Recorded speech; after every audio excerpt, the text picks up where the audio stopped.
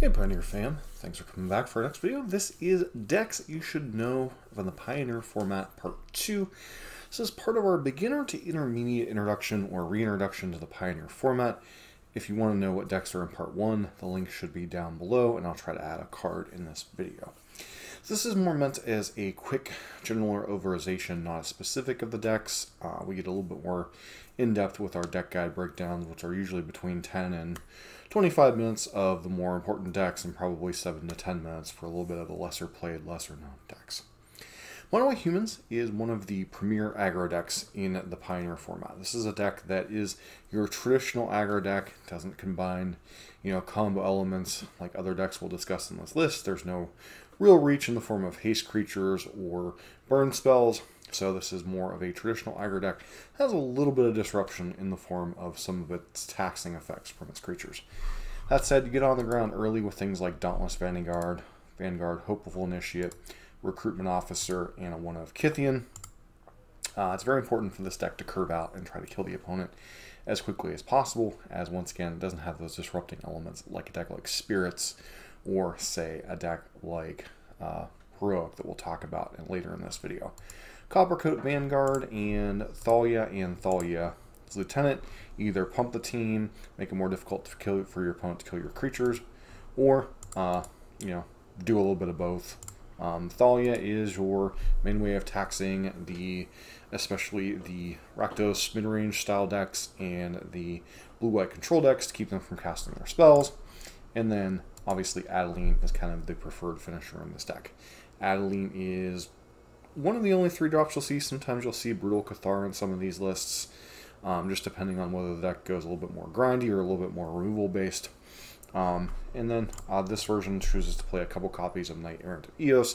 This is kind of some tech that is took from the Boros Convoke deck, offering to go a little bit more grindy than removal spell based. Deck plays only a few spells, especially in the main deck. The premier one is usually Brave the Elements. This is a unique card that really plays off of the deck being all mono white. Gives your mono white creatures protection from a chosen color until end of turn. You can use this to alpha strike through things like mono green soldiers, or you can use it to blank removal out of stuff like Rakdos midrange. And finally, you play something like Ossification. It takes advantage of the fact you play a large number of basics. This is basically a Oblivion Ring-esque effect for creatures and planeswalkers. Happens to attach to a basic land you control. Obviously, part of the reason why you're running so many planes. A little bit of utility lands with this deck, usually Aganjo and Castle Ardenvale are the white utility lands, creating soldiers, and then being a channel land to combat trick. Mutavault is really one of the other things that this deck leverages quite well. It's one of the few decks that can really play this and not really get punished for it. And obviously it plays with the human synergies in the deck. There's a number of sideboard cards you can see in these decks. This is just kind of an example of some things, but some of the key cards you will see, things like Evasion of Gobakhan. This is very important against decks with sweepers, allowing you to potentially set your opponent's sweepers back a couple turns, and also making your creatures indestructible, making exile-based sweepers kind of the preferred method as opposed to things like Supreme Verdict, which would be the normal staple of blue-white control. The deck runs a little bit more removal, usually in the form of things like Portable Hull, March of Otherworldly Light, Declaration in Stone. Take down the camera here for a sec. Deck in Stone is kind of a sorcery speed, destroy all creatures of it, or exile all creatures of a type. They get clues if they're not. Tokens effectively, Portable Hull. This comes in primarily against decks like Mono Green or Mono Blue. Can disrupt the early mana or the early creatures, can be quite important, especially for mana efficiency's sake. Other grindy cards, you'll see things like Wedding Announcement, Extraction Specialist for kind of the grindy matchups, much like Invasion of Gobakhan. And then Redain, sometimes Archon of Memoria, as disruption pieces for combo and control. Decks that otherwise, you're just trying to race or trying to dodge. This gives you some outs to those situations. And then this one playing a unique thing called Settle the Wreckage. This is kind of more of usually a mid-range card or a blue-white X control deck card, but this can kind of be a blowout against racing situations. Is a unique thing that I thought I'd point out in this list. That is mono white, one of the premier aggro decks in the format. Tends to be pretty good against some of the other linear decks in the format, like mono blue spirits, good against decks like Lotus Field Combo, Mono Green. Tends to struggle against the removal and sweeper heavy decks, so Blue-White X Control, Rakdos Midrange, Rakdos Sack all tend to be the rough matchups for the deck. Alright, next up on our list is one of those combo aggro decks that I alluded to with Mono Humans, and that is Boros Heroic. Now this is a deck that's spiritual successor is the old Blue-White Heroic decks out of the original Thero standard. This deck takes a lot of cues from that, as well as a lot of cues from the Auras deck that is part of the format but sees a lot less play these days. While it doesn't use the enchantment-based thing, what it does do is uses cards like Favored Hoplite, Illuminator Virtuoso, or 10th District Legionnaire that either have Heroic or a similar-esque thing, either Connive or getting +1/+1 when it gets countered by a spell you control. The power of this deck really is the breadth of threats plus spells. This is a deck that can kill as early as turn 3 with some draws, most of those involving Illuminator Virtuoso. But it does have a little bit of grindy elements with Dreadhorde Arcanist, Favored Hoplite and Monastery Swiftspear get this party started early. Illuminator Virtuoso, 10th District Legionnaire are really your heavy hitters. Dreadhorde Arcanist is kind of your grindy card, allows you to flash back some spells. And then your plethora of spells, Defiant Strike and Ancestral Anger are both pump spells that have unique effects that draw cards. Defiant Strike is +1/+0, draws a card. Ancestral Anger gets +X/+0, usually +1, +2, +3, +4, and then draws a card. Defiant Strike, instant, Ancestral Anger, sorcery. Monstrous Rage, very similar effect to Ancestral Anger. It leaves a creature roll token behind, which gives it +1/+1 and trample. Both of those cards are very important for punching through a bunch of blockers if you don't want to use your God's Willing, which is your protection spell. And then you have things like Sajiri Step and God's Willing to protect your creature from removal, or once again, something like Brave the Elements to punch through, say, Mono Green, playing a bunch of one-colored creatures. Reckless Rage is the primary removal spell of this deck. It plays uniquely off the fact that pretty much nothing in this deck dies to it, other than Illuminator Virtuoso if you haven't pumped it at least once beforehand. And then, that's pretty much the main deck. One of Spikefield Hazard as a little bit of additional removal. Only one copy of Den of the Bugbear. You don't really get to play a lot of utility lands, as you have both a very low land count and you have 2-color intensive draws. The sideboard is a mixture of cards, usually a little bit of disruption, a little bit of protection, and then a little bit of grindy. So Redain, much like Blue-White, or again, much like in Mono White, is used as to disrupt against sweepers and such. Can also be very taxing against decks like Lotus Field Combo. Showdown the Scalds is one of the various different grindy cards you can see. There are some others, but this is the one you'll see the most. Rending Volley, this is kind of a staple in the Pioneer format. We'll be talking about this card in our top sideboard cards for the Pioneer format. Comes in a lot of matchups. Not really the mirror match, but against Mono Blue Spirits, Green White Angels, can come in against Grease Fang combo. There's a number of cards this card is quite good against, hence why you see it in a lot of red sideboards. Flowstone Infusion, kind of a split removal spell / way to pump your team. Lauren's Escape, target artifact creature gains hexproof and indestructible, way to blank removal and sweepers. And then Destroy Evil, split card, destroy target Fires of Invention or Shieldred, kind of a nice split card to be able to use your utility spells. And then this card deck gets to play Gigantha, so it is a little bit of a nice boost for the deck. Alright, next up we have a deck that has at some points challenged for some of the top spots in the format. Now is a little bit more of a kind of an afterthought as the format has kind of shifted away from what makes this deck strong. But this is a mid-range deck that really preyed upon Rakdos Midrange when Rakdos Midrange was at its peak. That is a Gruul Boats, Gruul Midrange, whatever you wish to call it. Kind of a little bit different than Gruul Aggro that we'll talk about in this video as well. This deck, much like Mono Green, really leverages the starts from offered by Elvish Mystic Llanowar Elves. Usually this deck likes to go 1-drop, 3-drop, 4-drop, and kind of go off to the races. To that end, you have a bunch of powerful 3-drops, things like Bone Crusher Giant, which can be both a split removal spell as well as a good body. But one of the powerhouses of this deck is Reckless Stormseeker. This effectively can give itself haste, and it can give any other thing haste. which really opens up the powerful possibilities of 1-drop Elf, turn 2 Stormseeker, turn 3 Asika's Chariot, put your opponent under a lot of pressure, in addition to being able to play the strong, powerful mid-range gameplay this deck has. Lovestruck Beast, another one of the powerful adventure creatures. This card really has the one weakness of it needs a 1-drop in play to be able to attack, but, you know, between the elves and its own Heart's Desire, generally that's pretty manageable. Voldaren Thrill Seeker is one card that has been added to the deck since, you know, I did the deck guide on it, but this gives a little bit of utility to the deck. Number one, it gives you a sacrifice outlet for your thing you steal with the Crone War that we'll talk about in a second. And secondly, gives you a way to throw a big creature at your opponent and can close out the game very quickly. For instance, you know, slap the backup on a Lovestruck Beast, hit your opponent with a 7/7, sacrifice it. All of a sudden, your opponent's taking 14 damage out of nowhere on, say, turn 4. Kind of hard to come back from that if it doesn't kill them outright. The rest of the deck. Namesake, Asika's Chariot, and Sky Sovereign. These are two very powerful things that the deck usually leverages. Sometimes it plays more copies of Sky Sovereign, but Asika's Chariot is definitely the main reason this deck is played. A Crone War is kind of the answer to mono green. Also can steal other big dumb idiots from decks like Rakdos and such, like a Shouldered. But this is primarily here to kind of steal your opponent's big idiot, and then ideally you want to either use it to kill them over the next couple of turns, or you want to use it before the last chapter goes off. You tap it to accrue a vehicle, they sacrifice it, or you use Voldaren Thrill Seeker to kill them with it. Huntsman Redemption is a little bit of a new one.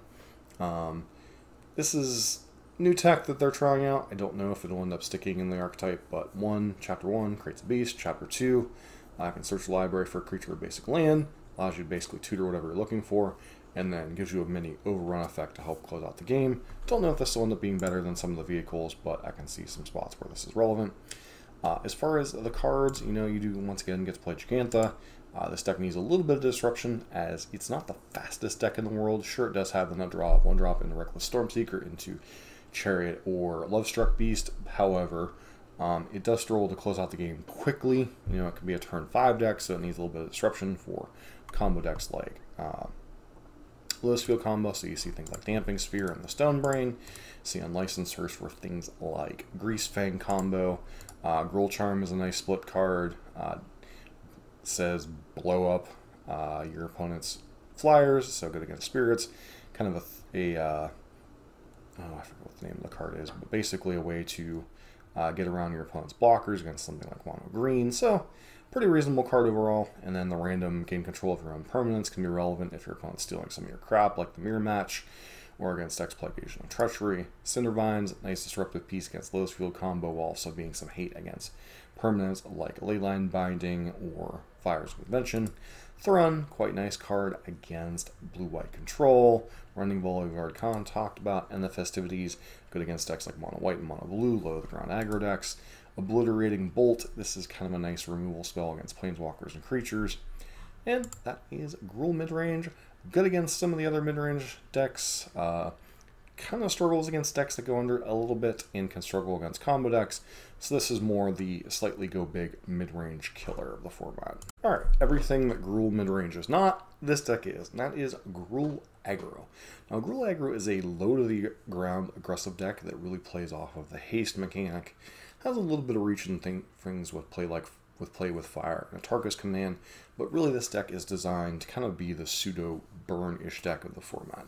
Now mono red does exist in the format, but it's not widely played, as quite frankly the burn spells in this format are underpowered, and most of the mono red decks tend to be a little bit more permanent based, using things like Torbran and I can't remember the name of the card, but basically tends to be a little bit more permanent based. This is more of your traditional aggro deck, more similar to a burn deck or a zoo deck. Get off the ground a little bit early with things like Monastery Swiftspear, Zergo Bellstriker, Legion Loyalist, Kimono Faces Kakuzan, and then you kind of bring the legendary hits with things like Kari Zeb that can hit for turn 3 on turn 3.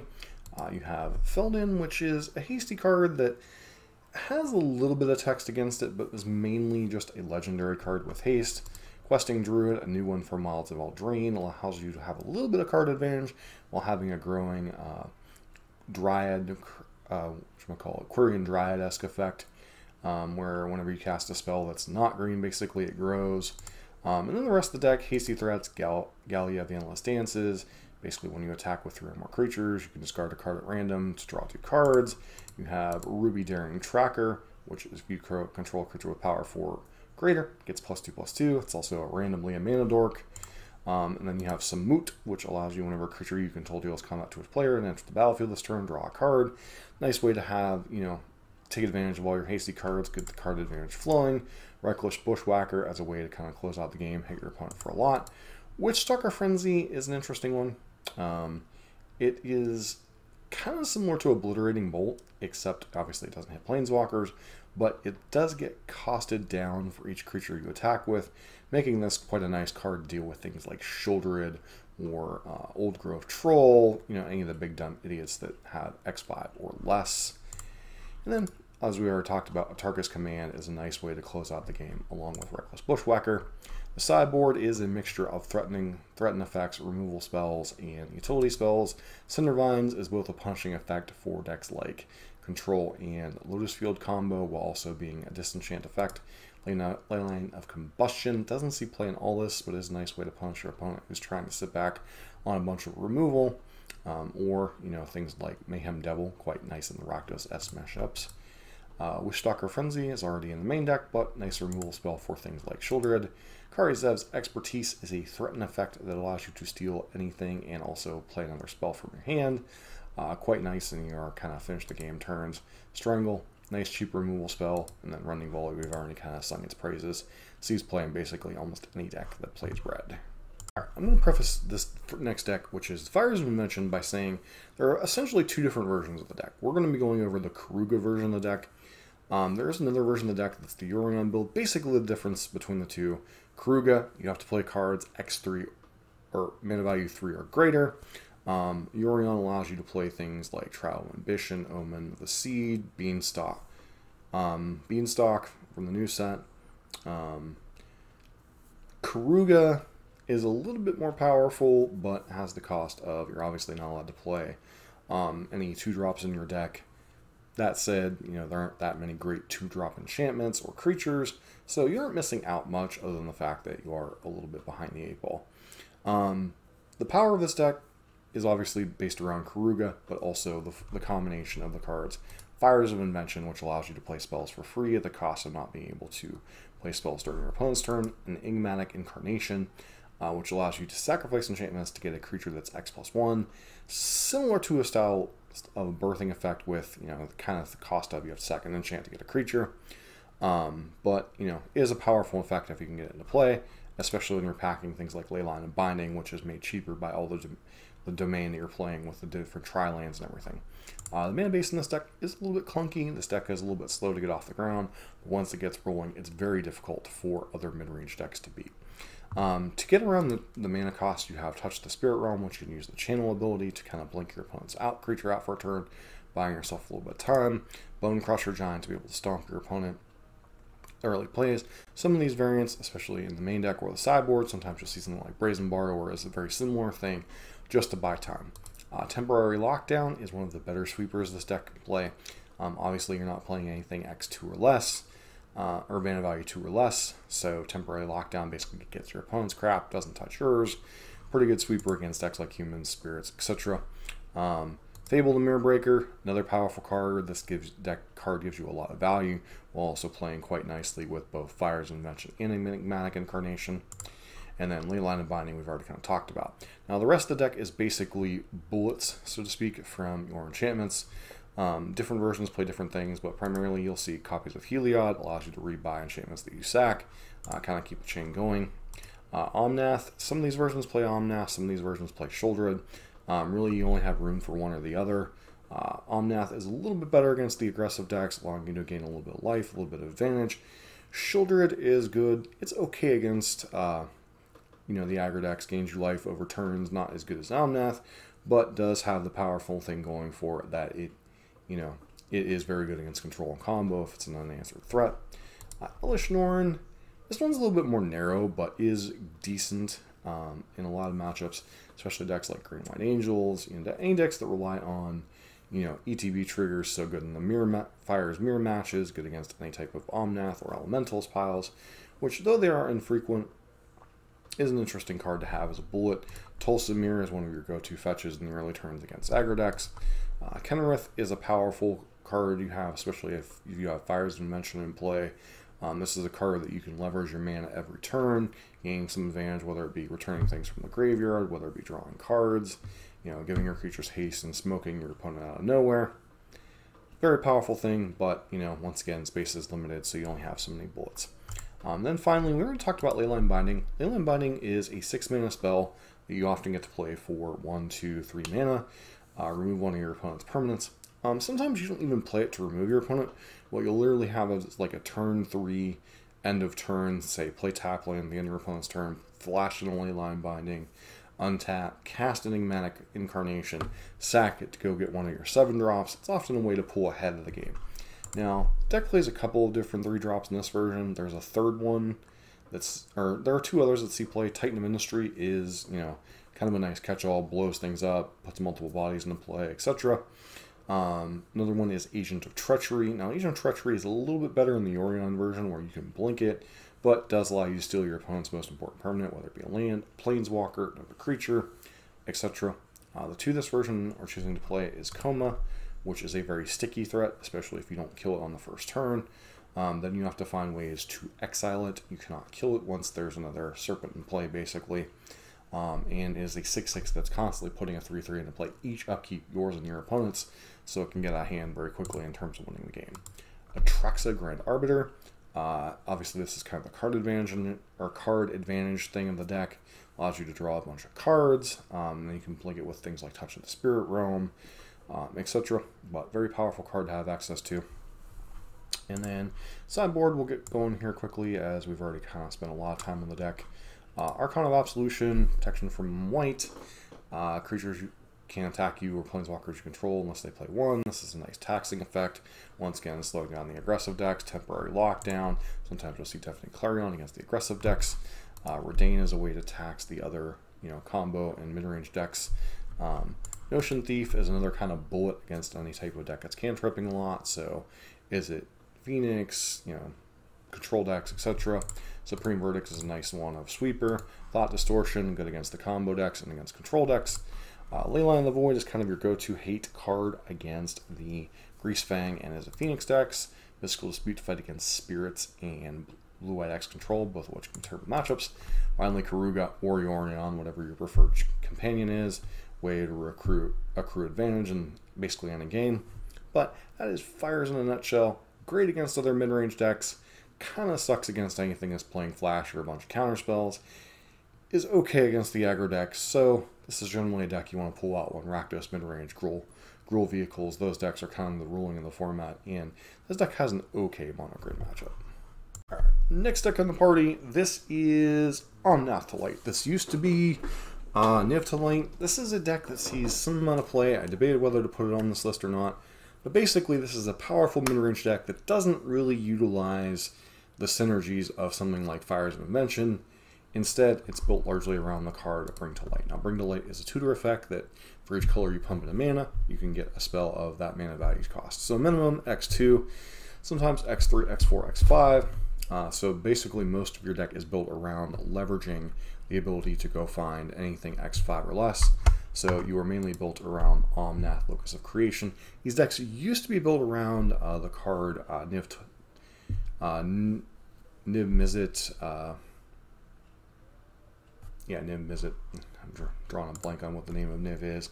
But Niv is really no longer in these lists, mainly because it's a bit of a clunky card and restricts you to be playing double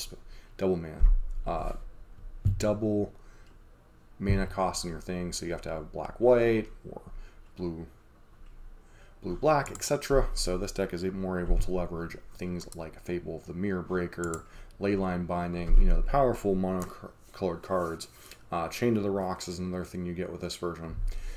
This version is choosing to play up the Beanstalk. While you don't have a ton of hits, you do have, you know, Elesh Norn, Sunfall, you know, Escape the Wilds, Bring the Light, Leyline Binding. So you have a decent number of cards to draw off this, and it is a nice way to cantrip. Another important card of this deck is Someone Caryatid.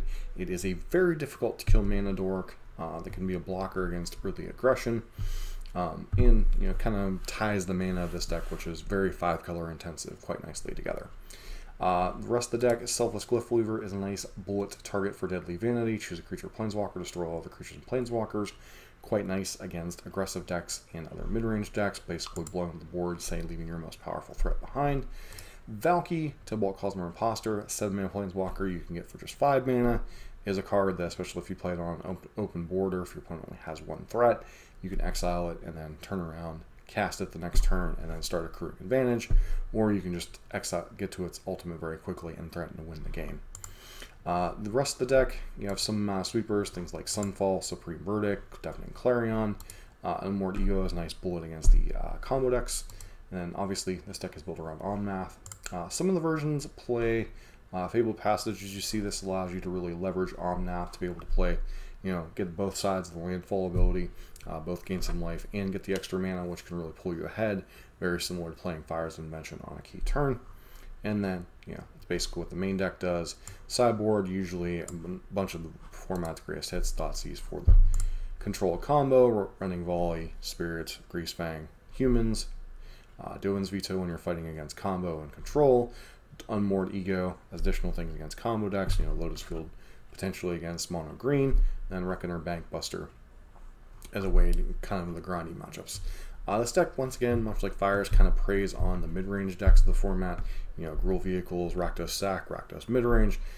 Tends to be a little bit slow against the aggressive decks, although it can be okay in those matchups, and then can get overpowered by decks like mono green, Fires of Invention, and Blue-White X Control. Alright, some of these discussions have been a little bit longer than they should. This is Blue-White Lotus Control, sometimes Bant Control. This version running up the beanstalk, some of the other versions running Impulse, some of the other versions running Sylvan Scry, but basically it's built around the card Lotus Field. You want to mulligan to where you're able to find a Lotus Field. Ideally your curve is like turn 2, whatever, Impulse up the beanstalk, turn 3, play Struck Proctor or Discontinuity to stifle the trigger of Lotus Field, untap on turn 4 with 5, potentially 6 mana if you hit a land drop, and then kind of get off to the races. You're kind of like this, almost like a mono blue Tron of the Pioneer format, or like a Tron deck and Blue-White Control have a baby. This is kind of what you get. Once you get that set up, you're trying to play things like Teferi to take advantage of its untap ability, get really ahead on mana, being able to cast 4 or 5 mana worth of spells, untap during your end step, hold up things like Memory Deluge, Wandering Emperor, Discontinuity during your opponent's turn, and then you just kind of play things like Farewell, Doomscar, Temporary Lockdown, stifle what your opponent's doing, and then you start doing the Blue-White Control thing of ticking Teferi up, kind of winning the game from there. To aid the strategy, Discontinuity, which you don't prefer to play it as a stifle trigger for Lotus Field, you prefer to play it during your opponent's upkeep, basically allowing you to skip your opponent's turn, and then you just continue to tick Teferi up, gaining card advantage, winning the game. Memory Deluge is usually the card advantage spell of choice because it's both instant speed and you get to see a lot of cards with it. Other things key to the deck, a little bit of early interaction. Usually there's 2 to 4 slots of early interaction. Sometimes you'll see March of Otherworldly Light, sometimes you'll see Portable Hole, sometimes you'll see cards like the 1 mana sorcery that exiles things based on the number of planes you have. I'm drawing a blank on that, but basically, this is a deck that doesn't play a ton of early interaction, but does shift the ability to do that in the post-board games. So you become a little bit more of a traditional Blue-White Control matchup, depending on the matchup. Temporary Lockdown, additional sweepers, Narset's Reversal, you get to play against a lot of the big spell decks, Lotus Field combo, Blue-White X mirror matches, can also play it against decks like that play Thoughtseize, Storm the Festival, hits a lot of different cards. Thought Distortion really kind of cleans out against decks like Lotus Field combo, which can otherwise be a bit of a tricky matchup. Ether Gust, mono green, all that fun stuff. Dovin's Veto, anything you need to counter, mainly against the Control Mirror and combo. Dragon Lord Dromoka sees a play in a lot of these lists. It's nice, basically shut down the board threat against aggro, while also being a reasonable threat against anything relying on a number of counter spells to shut you down. This deck really shines against other mid-range decks. Farewell is a house in a lot of those matchups. It's okay against mono green. Can be a little bit slow against aggro, but does have a lot of key cards in that matchup. Those matchups struggles against anything with a lot of flash mechanics. Terrible against cards like Hallbreaker, Horror, Spirits, Rogues. Anything that gets to play a bunch of flash can be a little bit of a dog in that blue-white X control mirror. Boros Convoke, one of the other go-fast decks in the format. Now, this deck is basically somewhere between Gruul Aggro and mono white humans. This is a deck that tries to go really, really wide and play the Convoke creatures, Knight Errant of Eros or Venerated Loxodon. Ideally, turn 1, you want to play, a Thraben Inspector, Voldaren Epicure, something to put an artifact in play. Play a Gleeful Demolition on turn 2, use all the creatures you have in play, Convoke out a Venerated Loxodon or Knight Errant, depending, obviously what's in your opening hand. This deck can easily put 10 to 12 power on play on turn 2 and then threaten to close off the game very quickly, especially in conjunction with Reckless Bushwhacker. Now, there are 2 variants of this deck. One usually plays Burning Tree Emissary to pair with Reckless Bushwhacker. The other one plays Clarion Spirit to be able to take advantage. This version does neither, as it instead chooses to run Imandane's Recruiter. Remember, as battlefield creatures, you get +1/+0, gain haste until end of turn. This basically plays another couple copies of Reckless Bushwhacker and can make some knights, if you get kind of in the flood game. But basically, this deck is go wide, smash. Land-based, get a little bit of utility. Sometimes you'll sometimes see Legion. I forget what the card is. The 1-mana enchantment that makes a soldier token or a vampire, and then you can turn around and flip it. Dante the First Fort, but not seeing play in this version as there is a little bit of tight space as you have to play a bunch of artifact enablers like Ornithopter, Voldaren Epicure, and Thraben Inspector to be able to reliably turn on Gleeful Demolition. Sideboard, kind of a split of red cards and white cards. The white cards generally echo a lot of what the humans decks have going on. Wedding Announcement, Goblet Con. Sometimes you'll see different removal spells like Portable Hole, but basically those are kind of your grindy cards.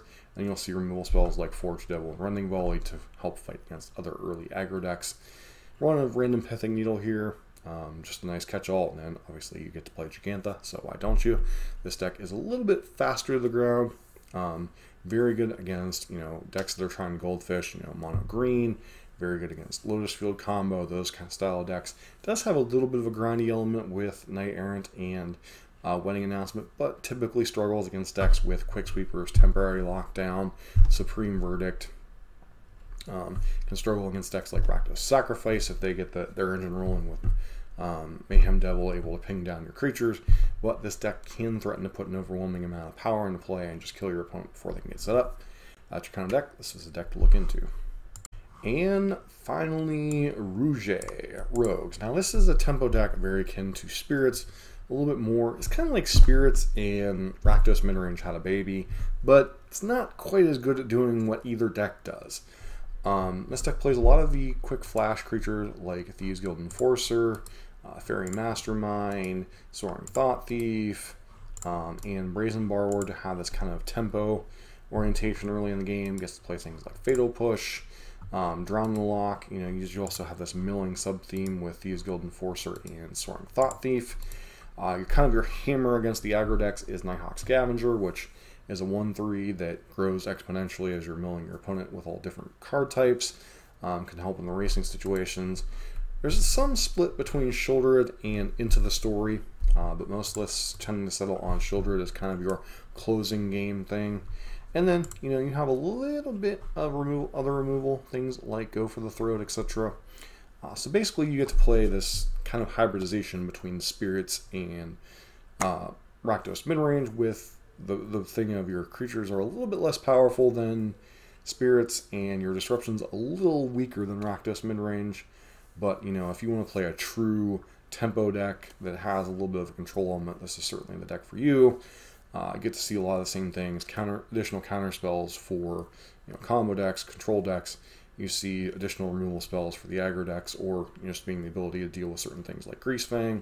And then you'll see a little bit of grindy cards like Ragnar Bankbuster, Shieldred, those style of cards that you see a lot of the Rakdos mid-range decks for kind of the grindy matchups. This deck strikes a fairly good balance, but it's still a deck that a little rough around the edges and sometimes just doesn't draw the right half of its deck. So it's a little bit weaker at doing what Spirits does and a little bit weaker at doing what Rakdos does, but still can be a nice change of pace for the format.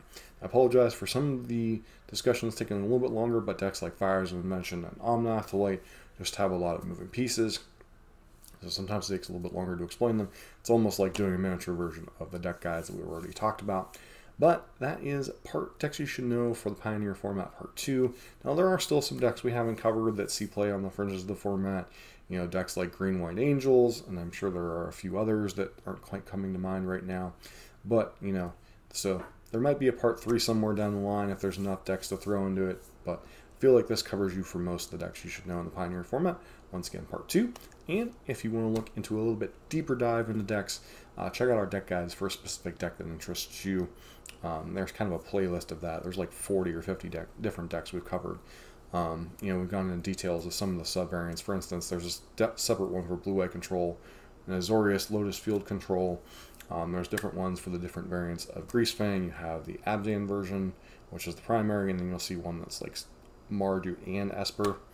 And I believe we've also going to be doing one for, the legendary Greasefang deck. But, so, if you're into that, go ahead and look at that up. And don't forget to like, comment, subscribe. Hope to see you for our next video.